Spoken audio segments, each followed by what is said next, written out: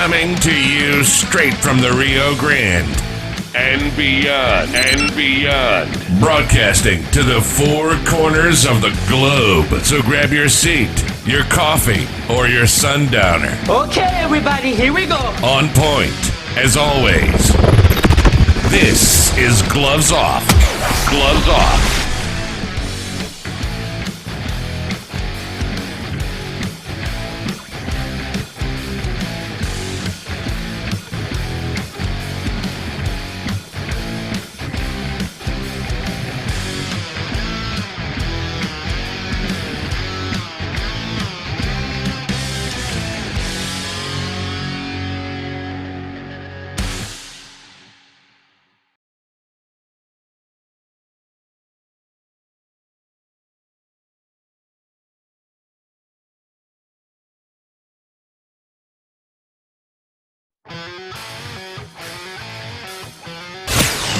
Gloves Off is always on point. On point. Bringing you the best on current issues, community affairs, and the happenings around us. This segment of Gloves Off is brought to you by the best, so pay them a visit. Check them out. This is Gloves Off.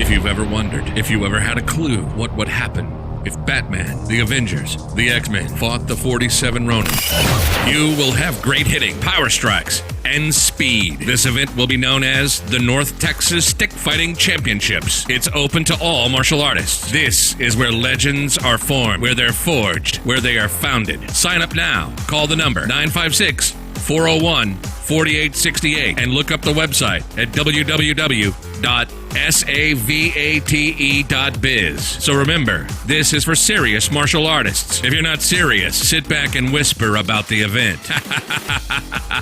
If not, we'll see you there.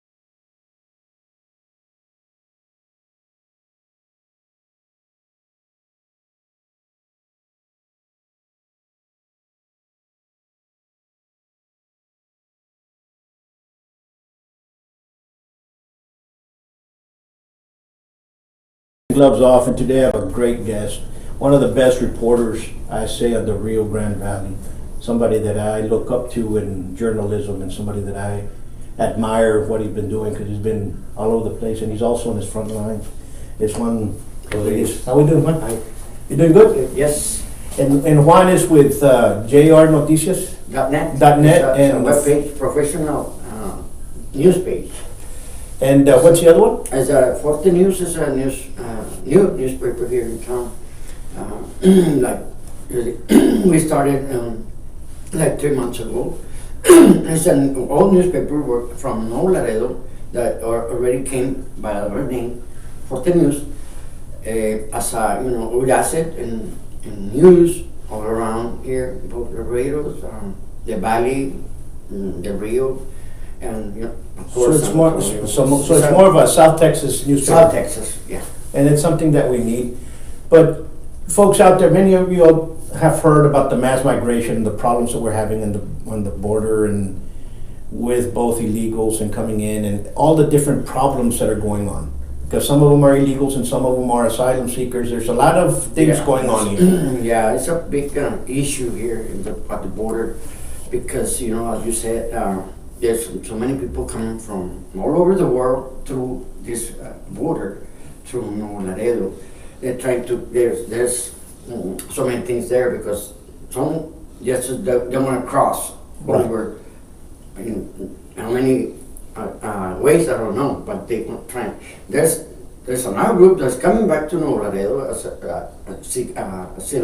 asylum seekers that they're going to Nuevo Laredo, but now they got a deal with the federal government, Mexican federal government. They're not going to stay in Tamaulipas, the state of Nuevo Laredo. Right. They saying they want to be sheltered at Colombia, Nuevo Leon, because that's another border close to here. Not that close, but yes.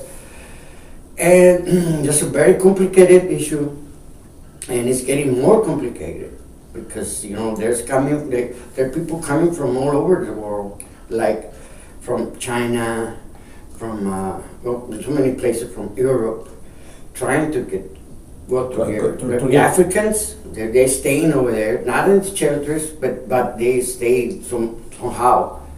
Some they got married with the Mexican girls, some Mexican guys over there, to get the citizenship. For the Mexican citizenship. Yeah, Mexican citizenship, which is so easy. It's just one step deal. Okay. So we're getting folks from all over the world, as Rodriguez says. We're getting a lot of Africans that are coming in. Mm-hmm. These Africans are now marrying the Mexican citizens to become Mexican citizens. Yes, and they can do it. It's a matter of days. Really? So that's what's going on. The law lost. Okay, and then you have some asylum seekers. Yes. The legitimate asylum seekers, and you have some that just want to cross one way or another. So you have a lot of things going on. And then they're getting this very hard to deal with this big problem with U.S. side. They don't know how to handle all this these things are coming, every day is different. Like now, in fact, this Monday started that, assembling the tents. Yeah, because we're going to have a tent city. Yes. Yeah, so right now they're building it. There's up 20,000 square feet ground. The place right in the back of La Posada Hotel, at the old Import lot. So that's it's Another issue. Another issue there. There's a lot of stories. There's a lot of people commenting, and there's so many different factors. Some people are coming up with falsities. Some people are coming up with truths. So we have to decipher what is real, what is not, ¿verdad? Yeah, but Porque muchos dicen que los van a soltar, que van a poder salir o no. That the ones that are going to be in those 10 cities, are they going to be able to walk? They have to go to Mexican side for 2 months. Okay. That's why there's a waiting period there. So they have to stay there. Maybe a Colombian they don't know. Yeah.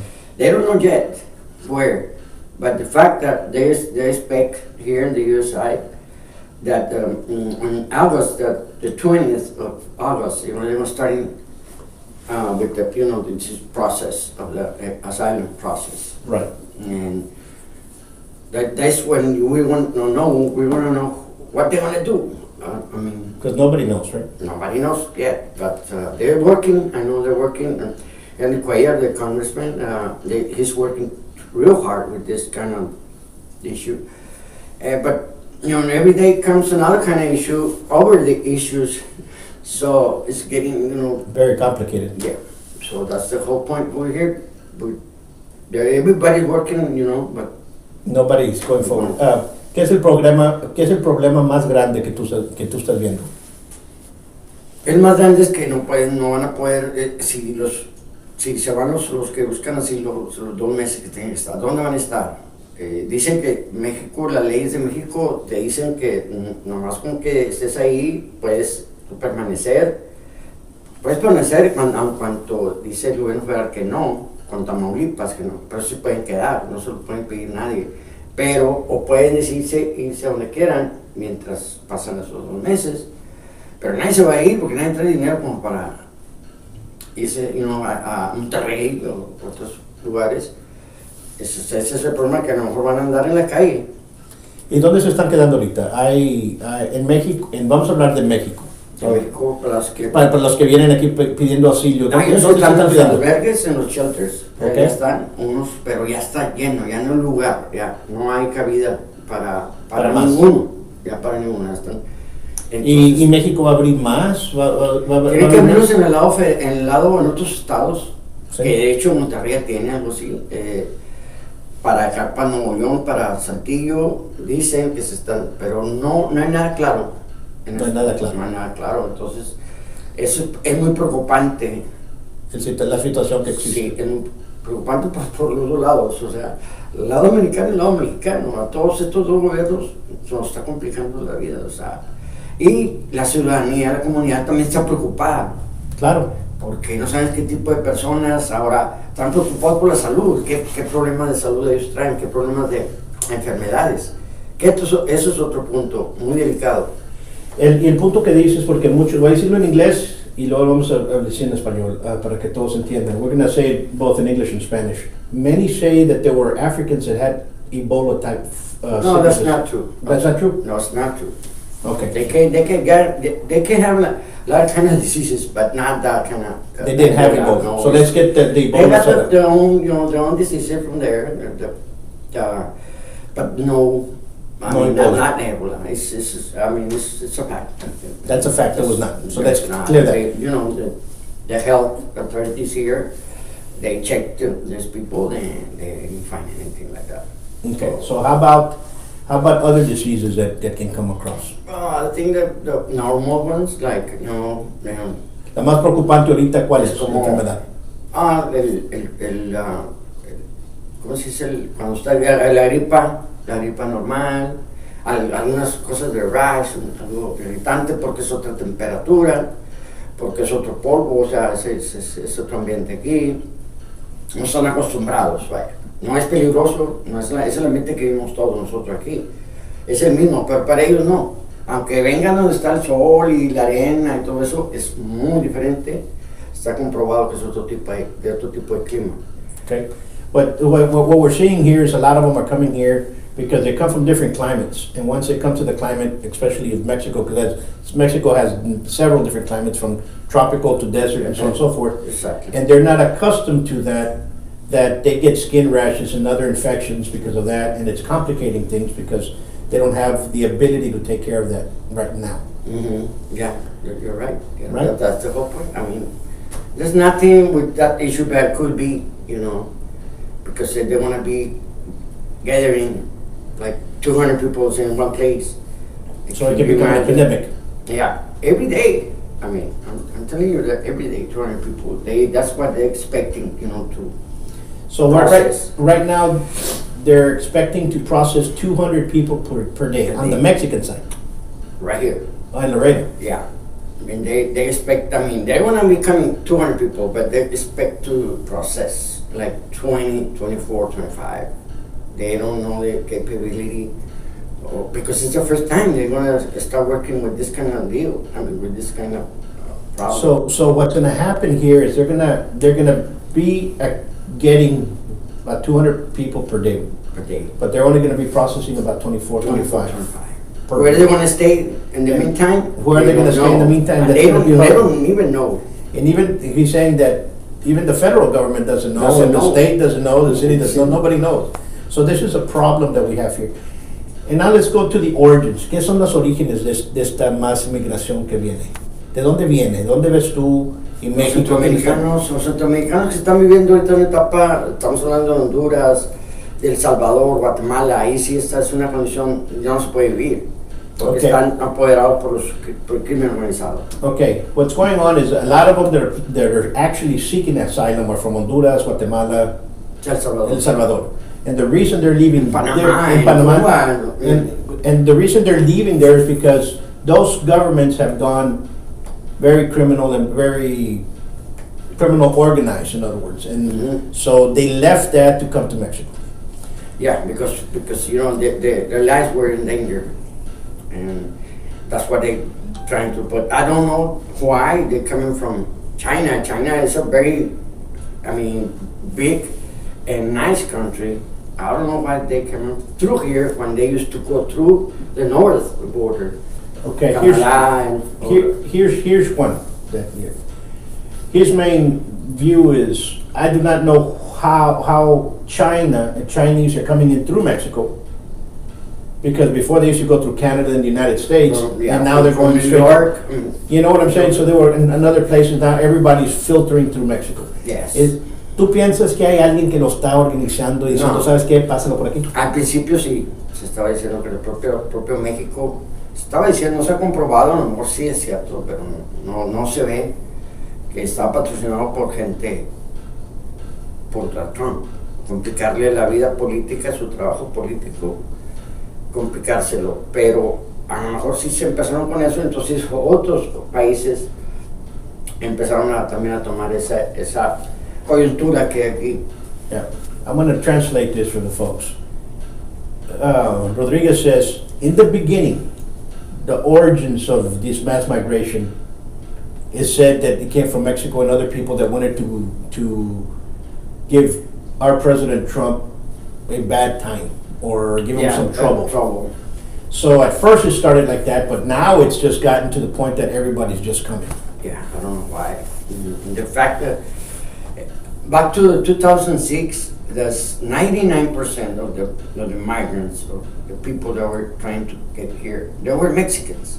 Now 73%, as now 2019, 73% they are from people from all over the world. Okay. So in 2006, ¿cuánto era? 90% of the 90% of the people coming into the United States illegally were Mexican. And now 73%. 73% are from all over the world. That's what Henry Cuellar said. That's what the Congressman Henry Cuellar said. Yes, just today. Yes, And he said that earlier today because it was. So that you can imagine. So you can imagine how everything else is coming in. ¿Cuándo piden auxilio? Okay, están buscando, vienen auxilio. México los puede dar también, ¿no? Sí, pero ellos no quieren estar en México, o sea, ellos quieren estar en Estados Unidos. O sea, es el país de los sueños, o sea. México no, porque también México tiene persecución criminal. Okay, he said an interesting point. Many of the asylum seekers were offered asylum in Mexico, but they don't want to stay in Mexico. They want to come to the American dream country. You know, the dream country of the United States. And we understand it is the best country. What happens is we need to understand that folks that have a lot of rights and your rights are taken away by governments, eventually that's what happens. That's the type of government that gets in, and people are going to flee somewhere where they feel protected. That's what's going to happen. Okay? So it's very important for us here as Americans not to lose those rights that we have. Yeah. The Second Amendment is the one that protects all the rest of the amendments. Absolutely. Or else we're going to see that what's happening now is going to happen here. But where are we going to go? That's the problem. Well, the government is tightening more the laws. They're doing every day. You can see changes, big changes on the immigration laws, asylum thing, which is included and all that. And they're tightening, they're tightening the laws.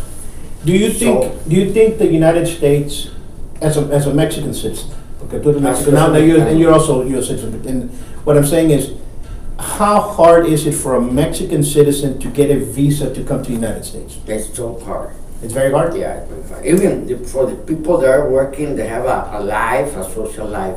Yes. Nice, good. Middle class and above.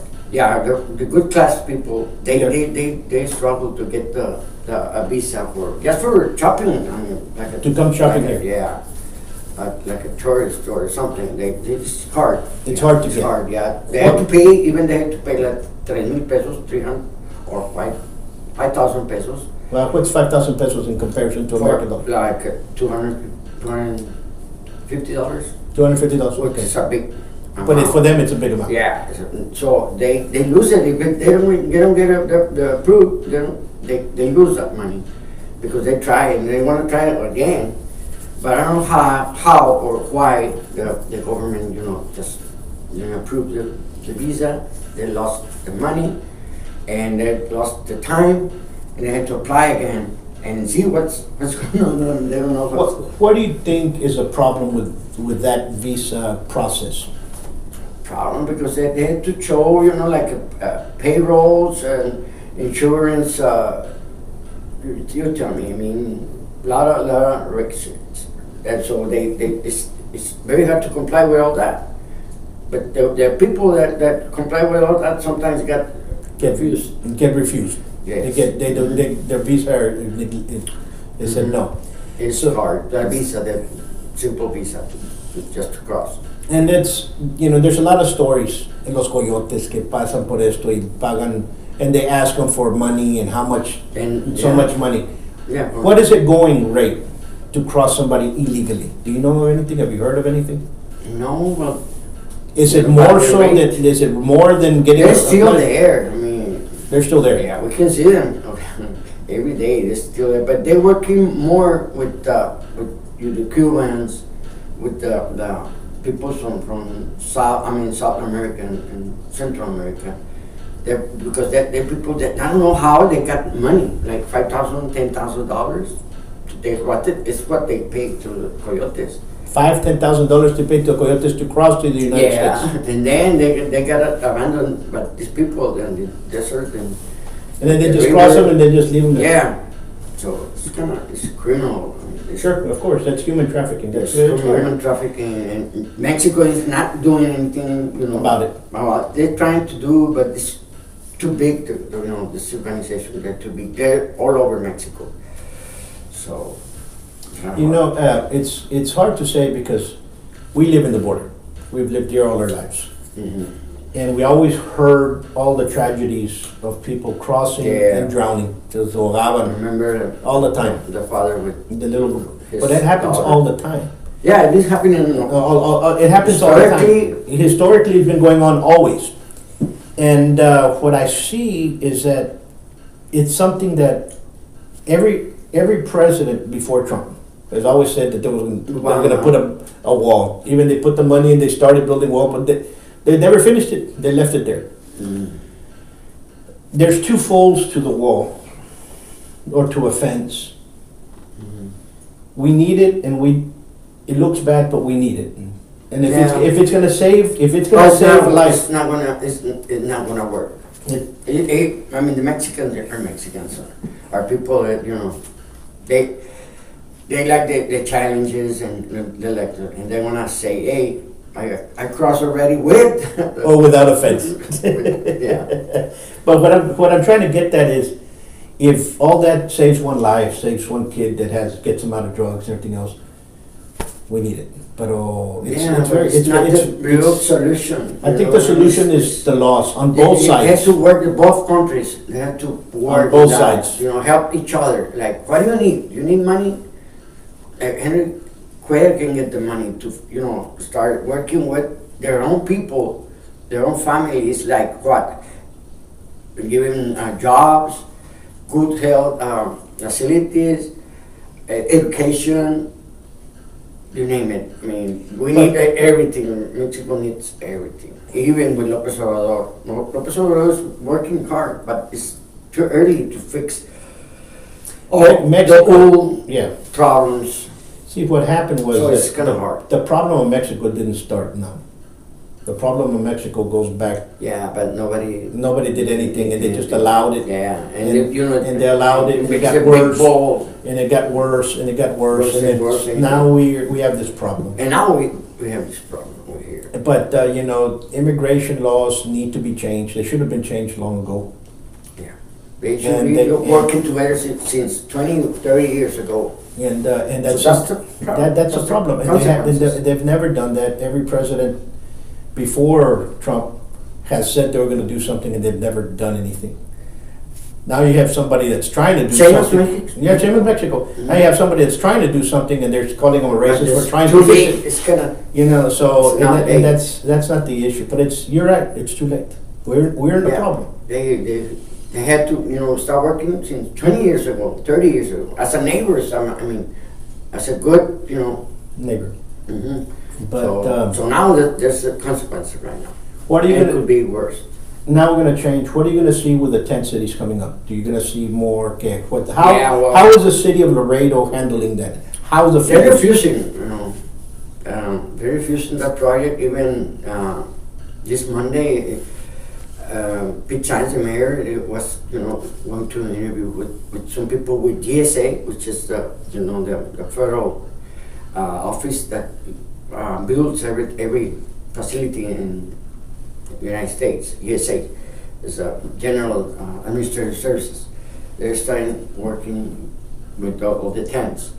But now another issue is too late, because the city always opposed for this project. And the federal government, as they say, I don't care what you think, what are you saying? The Don't federal do it. government, that's our They land. started doing it. It's kind of too late, but okay, they were doing like an option. City of Laredo has an option to start the asylum process office at the Portal, which is a building with they can put some windows there to start processing, and instead of the tents, it's gonna be this is a good bad image to this border. And they say no. It's a 20,000 feet facility. It's going to starting today. Working on that. I have some pictures. I've been there, and USA is doing what even the governors Henrique opposed to this tents. But he can do anything, because he got the money, and then it has to the money. Give it to the counties and cities. It had nothing to do with this kind of project, which is with DHS, Department DHS, Homeland Security. Sorry. So that's the thing here. It's a big, complicated problem with migrants going out and coming in. And both countries, they don't know what to do, so they didn't find the key to. But the key is, how can Mexico has to stop allowing people to come in? Well, they're trying. Even Now they have to say, you know what? They got the Guardia Nacional over there, Guatemala, the border with Guatemala, and they're intercepting this kind of people, but they're doing too little. Because the problem is like that. And they're doing like that because they can't do anything else. Nothing more than that, because the country has to be fixed. But now with this kind of situations, it's making this worse scenario. So the only thing we need to work on that. In so many ways we can count every people with their own. Ability to work on this, like me, like as a journalist, I'm doing my job. I'm trying to Inform the people, the best we can do, and it's playing and display the big picture about what's going on here at the border. So that's what happens. A lot of people do not understand. They get second and third hand stories, and the stories become bigger and bigger and bigger. And we need to learn the facts. People are not going out there to learn the facts. Some people go out there and talk. We see the problem coming in. There's a lot of videos out there that some of the people that are coming in are being very violent towards coming here to the United States. And we're over here trying to help you, and you're coming violently. They're not. So, and it is a challenge that's going on. I understand that we have to protect the border of the United States. That's a fact. I mean, if me as an American, if I go to Mexico illegally, I'm going to go to jail. You know that very well. You know, and I'm not going to be treated as nicely for going to Mexico illegally as an illegal alien from Mexico comes over here to the United States is treated. Mm-hmm. Once they're collected by the officials, okay. Mm-hmm. And here they take care of them. You know, I've seen them being taken care of. Families, and they're being taken care of, and for our own Congress to come out and say that they're not being taken care of. You know, you got congresswomen that are going out there saying that they're not being taken care of, that they're drinking out of the toilets and all this other stuff. Ay, párale, you know, it's not true. That's not true. It's not true. Let's talk with the truth. Let's not incite hate. And right now the problem is in our face, and we need to fix that. Like I guarantee you, if you allow people that we do not know who they are, and you can have good people and you can have bad people. Yeah. So what happens as a whole, you know? And what happens if all we enter with bad people? You're going to see crime left and right. And what's going to happen with the crime here? We're not talking about drugs. We're talking about more killings. And people do not understand that. And that's what you're trying to do. You're trying to protect them. On another story, on another question, many say that a lot of the illegals that are bringing in children, muchos que están cruzando with children, yeah, because that they're not theirs. Yeah. That's another issue that like CBP is facing right now. And Border Patrol, they got some families. They're not families. Not families. They're lying to get better benefits from when they get caught. Because they got as a family, they got so many other things. Benefits, more stuff. Yeah. And they've been like, Border Patrol has been intercepting families with children. They're not their children. No, they're trying to, there's so many ways they're working on that, to cross over and to get illegally. And those children are what? They're stolen from other countries, or what's going on? No, they're not stolen, but it's like my neighbor or somebody from maybe my nephew by the two different ways. I'm trying to get him to post like my child, like my son. And there's a way, not stolen, but there's so many families they don't have. I mean, there's so many kids that don't have fathers. Yeah, sure. They don't have parents, and then that's what they bring them in. But it's not working. It's not working. It's not working. Yeah, people here, they're very. Border Patrol is trained very good to pinpoint. Yeah. So that's another way. But and it's sad. It's sad because they're bringing kids over here, and then they have to separate the kids. You have to be separated, and that's when people say, "Oh, we're doing bad things and we're separating families." Well, how can you be? That kid was already separated from the family. They brought him here. Well, there's some families, in fact, they're being separated. That's a fact. I mean, kids that have been here all their lives, and their parents are legal, so they. Oh, you're talking about deportation. We'll talk about deportation. That's a separation. Separate thing. Yeah. Let's talk about the deportation. Have you seen the deportation going on now? Yeah, not through here. You can see it once, 2, 3 times a week. You can see them by the bridge, Juárez Lincoln Bridge.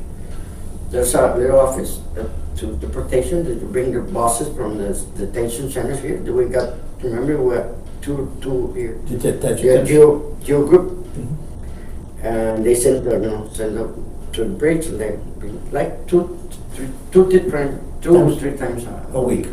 Now, is it true? Now we're going to change, not from the bridge, now local Laredo, what's going on here? Is ICE going door to door like many people are doing? No, it's door by door, but they go to the big places, like where they hire companies. Okay. Some of them are being told that they're being in Golden Corral restaurant. They're being at housing, there's a lot of people working in the projects, so buildings, houses and that. And there's another place that mostly they've been there, but they're visiting like to perform auditors, audits, to audit, they want to see the payroll, they want to see how you hire your employees, and they give you 3 days to work on that through a questionnaire, and then you have to fill it out in 3 days. And if you don't do that, you got fined from $300 to $16,000. But they're not. There's no rates at all. Not here. Not like in Dallas and some other 10 more cities in the United States. They're actually being rated. Yeah, but ICE is working on that. I mean, on visiting these companies and Home Depot. That's what I heard. I was told. Don't believe me. But yeah, some people that I know. Because they posted that the ICE were going to neighborhoods, going knocking on door to door on Facebook and just picking up families. No, it's not here. It's not happening. It's here. Maybe San Antonio, some of the bigger cities. Some of the cities. Yeah, but not here. They're visiting. And if they do deport you, and what I understood was that they were going to deport those that had a criminal background. They had not gone, and they're still living, and they know where they're at, and they didn't show up to court. Those were the ones that they were going to deport. Yeah. That's been That's been 20 years. I mean, that's always happened, so it hasn't changed. Yes. Any person with criminal record and more, if they miss the hearing of The court. They missed that, and even that's a criminal. Yeah, they got a criminal complaint, so you're going to be deported. you're deported so easy. So, number one, don't believe all the stories that are out there. We're here and with somebody that's in the front line. He's fighting the trenches out there to get you guys some good news. Juan Rodrigeuz, again, I want to thank you with what you do. No, thank you for allowing me to. No, anytime. And come over here. Actually, in a couple. Say to people, and talk about this problem. Because it's a problem for everybody. It's going to affect everybody. Believe me, it's affecting everybody. I want to thank you for allowing me thank to you. be here. And thank you, Paul. And we'll do it again in about another couple of weeks. Come back and let's find out what else is going on and what other stories. I'm going to be more prepared with notes and everything. Yeah, because this will just I can tell you. I mean, look, yeah. this is like a... Yeah, we got it. Until next time, peace. All right, thank you.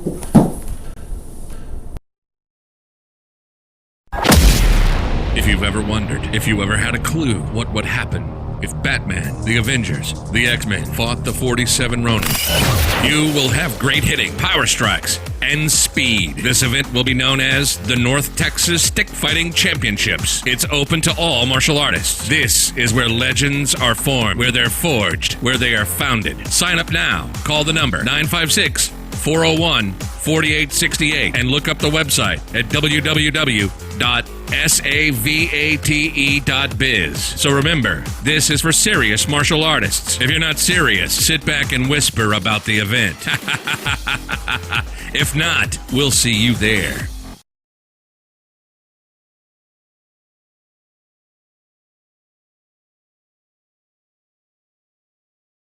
Huh?